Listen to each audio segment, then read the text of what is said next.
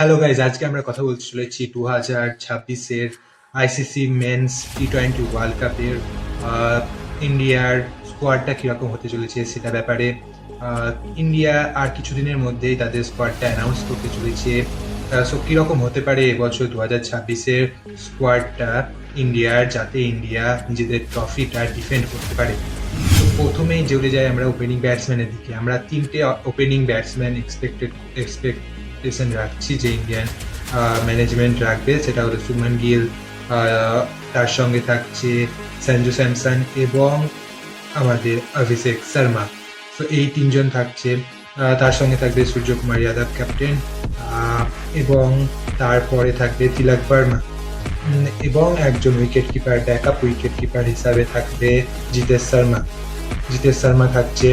এবং অলরাউন্ডারে তো হার্দিক পান্ডিয়া থাকছেই।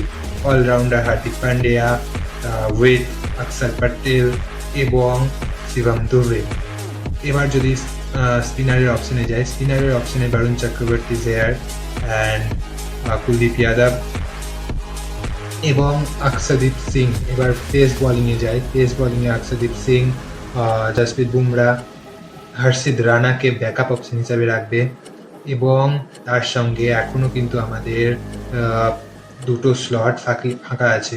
সেই দুটো স্লটে এখন যা পজিশন ইন্ডিয়ার, তাতে রিঙ্কু সিংকে কিন্তু অ্যাড করা যেতে পারত। বাট ইন্ডিয়া এই মুহূর্তে ওয়াশিংটন সুন্দরকে বেশি প্রেফার করছে ইন্ডিয়ান স্কোয়াডে, যেভাবে সে খেলছে। সো সেখানে আমরা রাখছি ওয়াশিংটন সুন্দরকে।